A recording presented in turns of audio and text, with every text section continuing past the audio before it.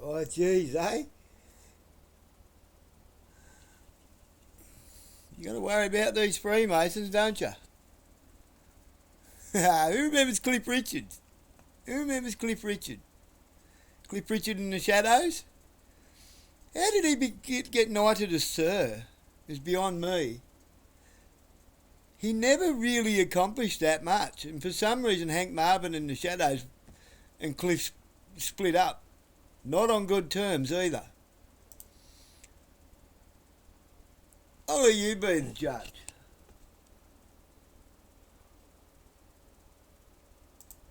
First tonight, South Yorkshire's Chief Constable and the Director General of the BBC will both have to answer questions from MPs about the search of Sir Cliff Richard's home. Police investigating an allegation that he sexually assaulted a boy in Sheffield in the 1980s raided the singer's home on Thursday. Sir Cliff denies the allegation. Now MPs want to know why the BBC knew about the police search before he did. And South Yorkshire's Police Commissioner is also demanding answers from his Chief Constable. John Cundy is in Sheffield for us. John. Well, Harry, the chairman of the influential Home Affairs Select Committee, Keith Vaz MP, is tonight asking these questions. First of all, of the Director General of the BBC, Lord Hall. When did the BBC reporter learn about the planned search of Sir Cliff's home? When did the reporter first contact South Yorkshire Police? Did the force confirm the time and date of the search? When did Lord Hall know about the planned coverage? And who authorised the BBC helicopter to fly over and film it? And has any... There you go. So what he's saying is everyone was tipped off before it happened. Everybody got tipped off that Cliff Richard was about to get searched for being a pedophile before it even happened. Before even the Commissioner or anybody knew about it. BBC knew about it. The BBC journalist acted inappropriately. To David Crompton of the South Yorkshire Police, the questions: who in the force knew about the planned search? When was the force's press team made aware of it? How common is it to warn the media about planned searches in advance? And was the search delayed or brought forward as a result of what happened? When police searched Sir Cliff Richard's home in Berkshire last week, questions were asked how the BBC knew to be there. South Yorkshire Police have acknowledged they confirmed to a BBC reporter the date of the search. But this had been only because the reporter had told them he already knew of the investigation in advance and had agreed not to go public beforehand to protect the integrity of the inquiry. How did he know? No one's meant to know of an investigation except the people doing the investigation. Today, the office of South Yorkshire's Police Commissioner Sean Wright said in a statement, Mr. Wright has asked for an analysis of the sequence of events in relation to this investigation, and that work is already underway. Meetings will take place in the coming days, and decisions on any necessary actions will then be made in due course. Questions needed to be answered, said the Commissioner, about the original source of the leak, which he said had put the police in a difficult position when approached by the media. South Yorkshire Police say they were not the source of the leak. A BBC spokeswoman said today, "We followed normal journalistic practice and agreed not to publish a story that might jeopardise a police inquiry. We have also confirmed that South Yorkshire Police were not the original source for the story." The BBC has now received a letter from South Yorkshire Police regarding the situation, and we will respond in due course. The allegations against Sir Cliff date back to a Billy Graham evangelist rally at the Sheffield United football ground in the 1980s. Billy Graham. Remember him? He's friends with that other guy that's got like 3 or 4 jets and all the stuff. The fake Christians. A boy under the age of 16 at the time has alleged he was sexually assaulted at the rally. Sir Cliff has said any allegations against him are completely false. The singer has been abroad. It's understood he has not yet been questioned by the police. There you go, even he knew it was coming. He was tipped off. Well, the chair of the Home Affairs Select Committee, Keith Vaz, MP, has demanded answers from the Chief Constable and from the Director General of the BBC, Lord Hall, by Friday lunchtime. And he says that both those men face questioning by the Home Affairs Select Committee in some depth when the Parliament reaffirms after the recess. So they stand to face the committee then. John. Yeah, it sounds a bit bloody nervous-stundy. Now, it should be known, down here in the description, I remember when any time you looked up anything that was connected to Freemasonry, Wikipedia used to say that it was a conspiracy theory surrounding, it was conspiracy theory about a secret society of men who run the world and so forth. Now what does it say? Freemasonry consists of fraternal groups that trace their origins to medieval guilds of stonemasons. Freemasonry is considered the oldest existing secular fraternal organisation with documents and traditions dating back to the 14th century. I had a great uncle who was a Freemason. He was a stonemason and a Freemason. He was in World War II and he was raised in the Hitler Youth Camp. There you go. I know a little bit more than you might think about it. Now, that was 11 years ago. Oh dear. Oh dear. 12 days ago.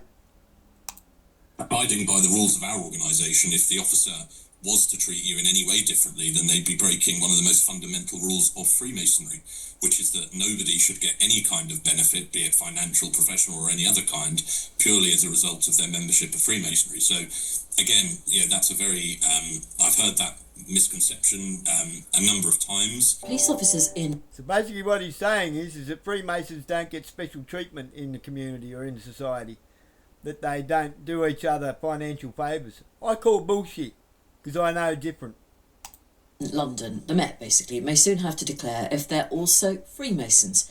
The Metropolitan Police are said to be consulting on all this. Let's talk to the policing and crime commentator Danny Shaw, and in a moment we are also going to talk to the communications director for the United Grand Lodge of England as well, I should say. So Danny, people have long pondered on the links between Freemasonry and the police. Is it a concerning link, would you say? I don't think there's any evidence that there's a concerning link. The one report that looked into this in quite some detail was the independent panel report into the murder of Daniel Morgan, private investigator who was killed with an axe in his head and found in a car park in South London in 1987. That case has featured, in a number of programmes and has also been investigated endlessly by the Met. And corruption played a part in the botched investigation into that. There's no doubt about it. But the panel report said that it hadn't seen any evidence that Masonry was affected the investigation or was corruptly used in it, despite the fact... Why does he need to read his notes? If you're telling the truth, you don't need notes. You don't need notes if you're telling the truth. That a number of officers were members of Freemasons. I think about 11 police officers who were involved in that inquiry were members of Freemasons. So the sort of suspicion has been there that there's some link. It has been said before by Steve White, for example, who used to be head of the Police Federation, which is the body that represents police officers in England and Wales. Now, anyone with half a brain, any discernment and ability to think critically would see that he read the answer to her question. He read the answer to her question. It's a rigged questionnaire, I'd say. 120,000 officers. He said when he departed that he was worried about problems with Freemasons having adverse influence on policing, but no one's ever proved it. Okay, why would a police officer join the Freemasons? Imagine bringing your side project to life. Okay, now, I've lost it. Is it in this one? Hi, my name is Karina and I'm a course now instructor practitioner and instructor. I'm going to tell you straight up. The Freemasons run everything. They have been doing it for centuries. They even run the lotteries. 9:25, 9:26 tomorrow, guys. I can't believe sounds that. a bit cuckoo, doesn't it? That's what. But The stuff that the people that are going down, yeah. No, that's it.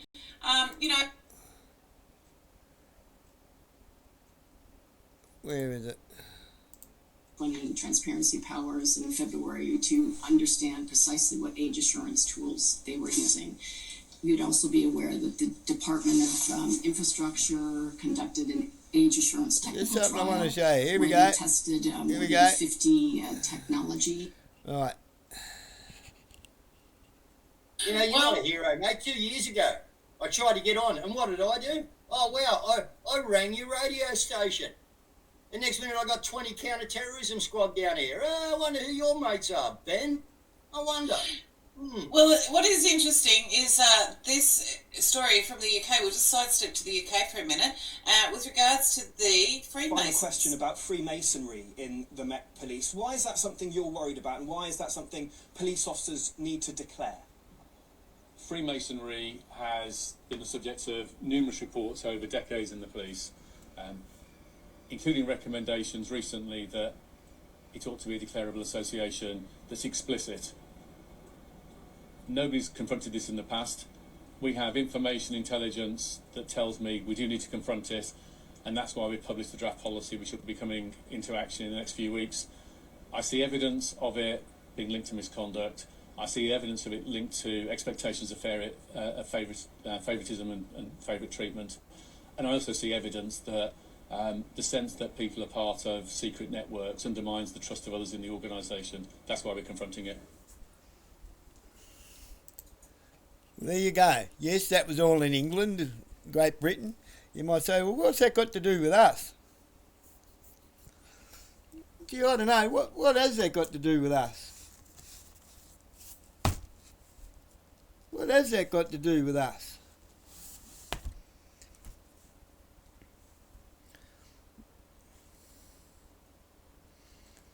Maybe it might have something to do with some stuff within these books.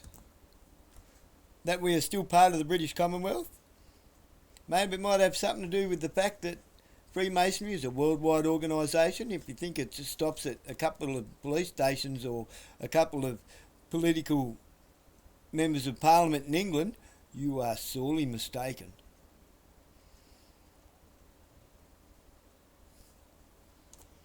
How do I know? Try having an uncle, Gustav Zioka, who was in World War II and was a Freemason. And you've heard conversations as you grew up. And he was married to my grandfather, who was British military, British Navy, we'll say. But for some reason changed his name and so forth. Why? Could it be British intelligence?